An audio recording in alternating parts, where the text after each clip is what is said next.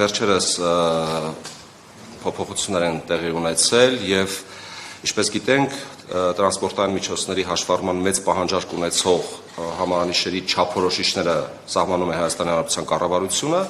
իսկ դրանց հատկացման գները սահմանում է Հայաստանի Հանրապետության ներքին գործերի նախարարը եւ վերջերս կառավարության որոշման մեջ տեղի են ունեցել փոփոխություններ, այլ կերպ ասած լրացվել են հաշվառման մեծ պահանջարկ ունեցող համարանիշերի նոր չափորոշիչներ եւ դրան արձագանքելով ներքին գործերի նախարարը ստորագրել է հրաման եւ սահմանել է այն գները, որով այդ հաշվառման մեծ պահանջարկ ունեցող համարանիշները կարող են հատկացվել։ Նախապես ասեմ, եթե այդպիսի ընկալում կամ սխալ ընկալում կա, այստեղ խոսքը չի վերաբերում առանձնահատուկ պահանջարկ ունեցող հաշվառման համարանիշերին։ Դրանց հետ կապված աճուրդային կանոնակարգումներ ինչպես եղել են, այնպես էլ շարունակելու են գործել։ Ընդ որում այդ չափորոշիչներում եւս որևէ փոփոխություն չի կատարվել։ Այսօր խոսելու ենք բացառապես հաշվառման մեծ պահանջարկ ունեցող համարանիշերի մասին։ Ես ընդհանուր տարբերության մասին կխոսեմ, թե ինչով են տարբերվում առանձնահատուկից, որովհետև այս հարցն երբեմն հանդիպում ենք սոցիալական հարթակներում, որպեսզի մեր քաղաքացիները կարողանան հստակ դրան տարանջատել եւ նաեւ եթե անհրաժեշտություն կլինի, իհարկե կխոսենք նաեւ կոնկրետ թվերով, թե օրինակ որ կոմբինացիան, որ համադրությունը որ համադրության համար ինչպիսի գին է սահմանված։ Հաշվառման առանձնահատուկ պահանջարկ ունեցող համարանիշները բաղկացած են կամ առնվազն 4-0-ից եւ 1 թիվ, իհարկե լատինական տառերը գիտեք, կրկնվող կամ տարբերվող, սրա մասին առանձին չանդրադառնանք։ Առանձնահատուկ պահանջարկ ունեցող համարանիշներում միշտ առկա է կամ 4-0 եւ 1 թիվ կամ 5-0։ Սա բանաձև է, սա ամրագրված է։ Բայց մեր քննարկումները, քաղաքացիների ստացված դիմումները, հետազոտությունները ինչ են ցույց տալիս, որ այնուամենայնիվ հաշվառման մեծ պահանջարկ ունեցող համարանիշների չափորոշիչներում դեռևս ընդգրկված չեն եղել այնպիսի համադրություններ, որոնք իսկապես քաղաքացիների շրջանում ներկայացնում են որոշակի հետաքրքրություն։ Հիմա ես փորձեմ բանաձևել, թե ինչն ենք փոխել, կոնկրետ կոմբինացիան անդրադառնանք։ Նախատեսել ենք այնպիսի չափորոշիչներ, երբ համարանիշի մի կողմում դա կլինի 2 նիշ կամ 3 նիշը, թվերի մասին է խոսքը, միշտ գտնվում են զրոները։ Ֆիզիկական անձանց պարագայում գիտեք, սկզբից 2 զրո է, իրավաբանական անձանց պարագայում 3 զրոն է, կամ 2 նիշ եւ 3 նիշ համապատասխանաբար։ Լատինական տառերը, ինչպես բոլոր պարագաներում, կարող են լինել նույնը, այսինքն կրկնվող կամ տարբերվող։ Մյուս կողմում թվերից կամ նույն թիվը կրկնվում է, ասենք 3 հատ 1, կամ երկու թիվ կա, որոնցից մեկն է կրկնվում, ասենք 121։ 121 համադրության մեջ 2 հատ 1-ը կրկին կրկնվում է։ Հասկանալի է։ Այսինքն, եթե ամփոփենք այս նկարագրությունը, միշտ մի կողմում գտնվում են զրոներ, ներողություն,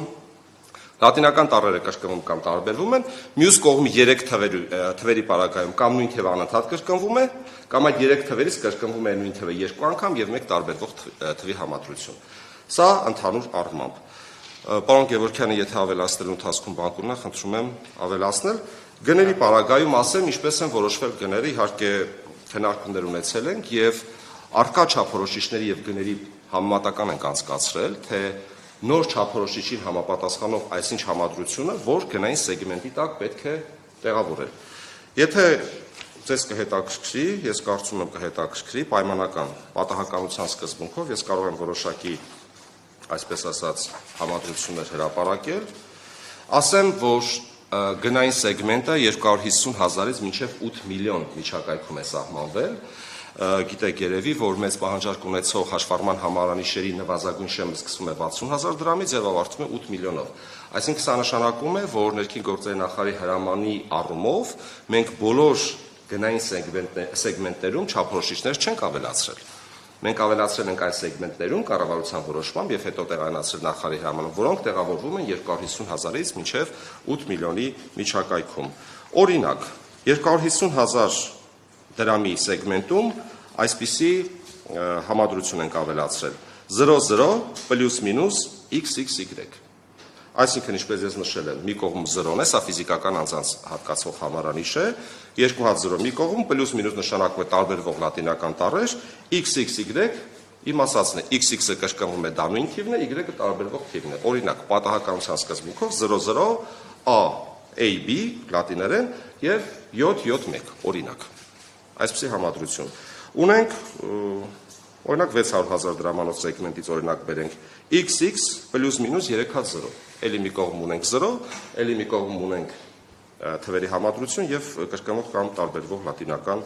ուրեմն տառեր։ Նույն համաչափությունը պահպանված է նաև իրավաբանական անձանց հատկացվող համարանիշերի պարագայում, արդեն իմ ասած սկզբունքով երեգնիշը պարզապես գալիս է ավելի սկիզբ։ Ես նաև ասեմ, որ պարոն Գևորգյանի հետ էլ մենք այդպիսի քննարկում չէ, ուղղակի տեղեկատվության փոխանակում ենք ունեցել, խոսքը վերաբերում է այն հաշվառման համարանիշերին, որոնք պարունակում են 7 նիշ։ Սա կանխելով այն հարցերը, թե արդյոք կարող են այս համարանիշները հատկացվել մոտոցիկլետներին եւ այլ փոխադրամիջոցներին։ Ոչ, սա այն տրանսպորտային միջոցների համար է նախատեսված, որոնց համարանիշների համար նախատեսված է 7 նիշ, այսինքն 5 թիվ եւ 2 տառ։